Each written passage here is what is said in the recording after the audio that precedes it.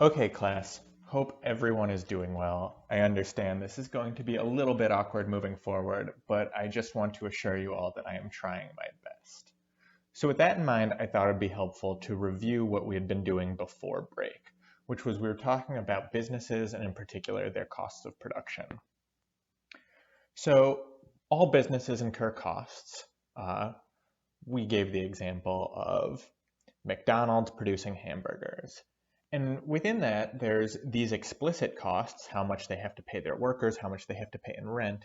But there's also implicit costs, the opportunity costs in that McDonald's could be doing something else.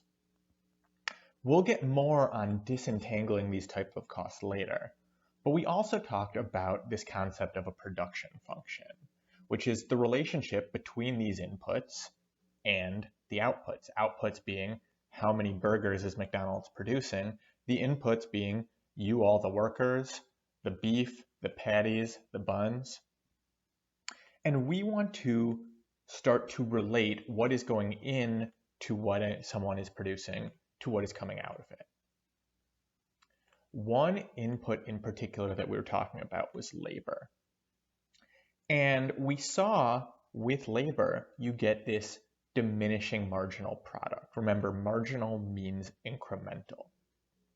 And this is due to specialization. So to go back to that idea of McDonald's producing hamburgers, not everyone who works at McDonald's is equally good at making hamburgers. Some are better suited to work the cash register, some are better suited to mop the floors.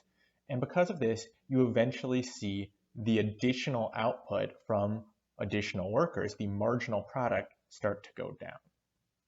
So here in this slide that we finished off last time, we see diminishing marginal product start to kick in at 3 workers and 10 units of output. To go through the slide, when we have no workers, certainly we have no output, no marginal product. When we add that first worker, we can produce 3 things, in this case hamburgers. That gives us 3 units of marginal output.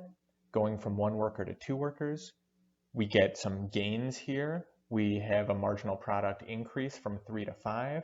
But once we hit that 3rd worker, we go from 8 units of output to 10 units of output, and we start to see our marginal product diminish.